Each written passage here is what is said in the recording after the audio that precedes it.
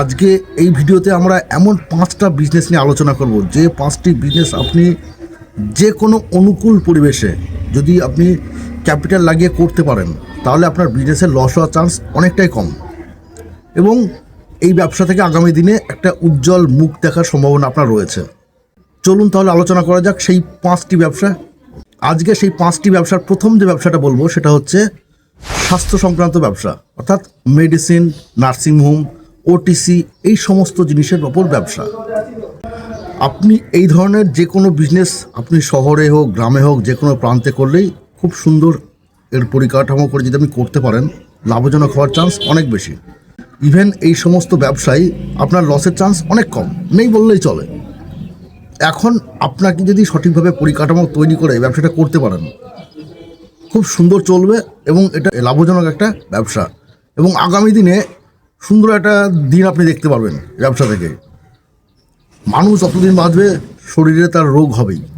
শহরে গ্রামে যে কোনো জায়গায় আপনি এটা করতে পারবেন, খুব বেশি খরচ নেই। 3 থেকে 4 লক্ষ টাকা খরচা করলে এই বিজনেসটা শুরু করা যায়, বিশেষ করে মেডিসিনের বিজনেস বা আপনার ওটিসি প্রোডাক্টের বিজনেস।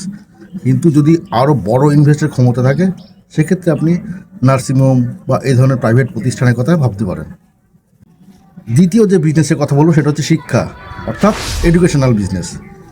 এখন দেখতে পাচ্ছেন শহরে বা গ্রামে যে কোনো প্রান্তে নার্সারি মিডিয়াম যেসব স্কুলগুলো গড়ে উঠছে, এতে কিন্তু লস নেই, কারণ এই বিজনেসগুলো আগামী দিনেও চলবে। আরও সরকারি প্রতিষ্ঠানগুলোর বর্তমানে যা হাল রয়েছে সেটা থেকে মুখ ফিরিয়েছে সাধারণ জনতা। যারই একটু ইনকাম করার ক্ষমতা রয়েছে তিনি চাইছেন তার সন্তান যেন একটা উপযুক্ত শিক্ষা পায়, তার জন্য অনেকেই প্রাইভেট প্রতিষ্ঠানের দিকে ঝুঁকে পড়ছে। সেক্ষেত্রে আপনি এই ধরনের বিজনেসগুলো যদি করেন, স্কুল প্রতিষ্ঠান বা টিউশনের বিজনেস যেগুলো চলছে, কোচিং সেন্টার আর কি, খুব লাভজনক একটা ব্যবসা। ইনভেস্ট কিন্তু খুব বেশি নয়, 2-3 লাখ বা 4 লাখ খরচা করলে এই বিজনেসগুলো শুরু করা যায়। এরপর যে লাভজনক ব্যবসাটা বলবো সেটা হচ্ছে রিয়েল এস্টেট। আপনি জানেন জায়গার দাম কীরকম দিন দিন বৃদ্ধি পাচ্ছে এবং আগামীতে জায়গার দাম কমবে না। বর্তমানে যে হারে জনসংখ্যা বৃদ্ধি পাচ্ছে তাতে জায়গার দাম কমার চান্স প্রায় নেই বললেই চলে। সেক্ষেত্রে আপনি যদি আপনার আশেপাশে কোনো পরিত্যক্ত জায়গা যেগুলো ফাঁকা রয়েছে, কোনো না কোনো মানুষ বিক্রি করছে, আপনি যদি সেটা চান কিনে রাখতে পারেন এবং ভবিষ্যতে সেটাকে পরবর্তীকালে বিক্রি করতে পারেন বা ফ্ল্যাটের বিজনেসও করতে পারেন, যেটাকে প্রোমোটারিং বিজনেস বলা হয়। তো সেক্ষেত্রে আপনার লাভের চান্স 100% বললেই চলে। এই বিজনেসটা নিয়েও আপনি ভাবতে পারেন। এরপরে যেটা বলবো সেটা হচ্ছে স্বর্ণের ব্যবসা, গোল্ড বিজনেস। বর্তমানে আপনি দেখতে পাচ্ছেন সোনার দাম কী হারে বৃদ্ধি পাচ্ছে। আজ থেকে 2 বছর আগে, অর্থাৎ 2022-23 যদি আপনি হিসেব করেন, সেই সময়ের সোনার দাম আর আজকে 2026-এ দাঁড়িয়ে 2026-এর জানুয়ারিতে সোনার দাম হিসেব করুন কী হারে দাম বৃদ্ধি পেয়েছে।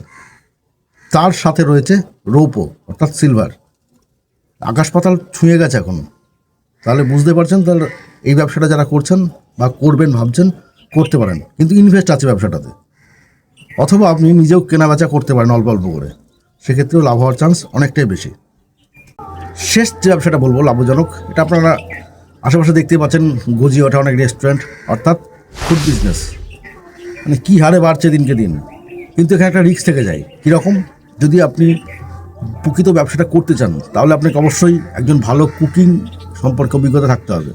যদি আপনি ভালো কুকিস্ট না হন, তাহলে কিন্তু এই বিজনেস টেকানো খুবই মুশকিল। অন্যের উপর ভর করে কোনো বিজনেস করা যায় না, এটা আগে মাথায় রাখতে হবে আমাদের। যে বিজনেসই করুন, আপনি সেই কাজটা সম্পর্কে কতটুকু জানেন, সেটাই কিন্তু বিজনেসের মেন মেরুদণ্ড। এটা মাথায় রেখেই আপনি বিজনেসটা শুরু করবেন। তো ফুড বিজনেস বর্তমানে খুবই পপুলার বিজনেস। ইনভেস্ট খুব বেশি নয়, ছোটো থেকে শুরু করতে পারেন, হোম ডেলিভারি করতে পারেন বা ছোটোখাটো রেস্টুরেন্ট তৈরি করে করতে পারেন ধাবার মতো করে। পরবর্তীকালে প্ল্যান করে আপনি যদি পয়সা বেশি থাকে, সেক্ষেত্রে আপনি বড় বিজনেস করলেন, কিন্তু ছোটো থেকে শুরু করা যায়। এক্ষেত্রে খুব বেশি ইনভেস্ট নয়, 50,000 বা 1 লাখ টাকা ইনভেস্ট করলেই ব্যবসাটা শুরু করা যায়। আজকে যে 5টি ব্যবসার কথা বললাম, 5টি ব্যবসা যদি আপনি যে কোনো একটা চুজ করেন, দেখবেন আগামীতে আপনি একটা জায়গা পেয়ে গেছেন নিজের জন্য।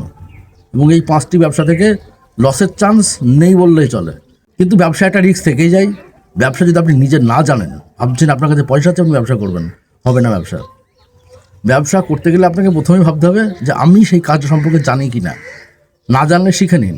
বিভিন্ন সংস্থান আছে বা বিভিন্ন জায়গা আছে, সেখানে আপনি কাজ করুন, শিখুন, অভিজ্ঞতা অর্জন করুন। তাহলেই কিন্তু আপনি ভবিষ্যতে একজন প্রকৃত ব্যবসায়ী হয়ে উঠতে পারবেন।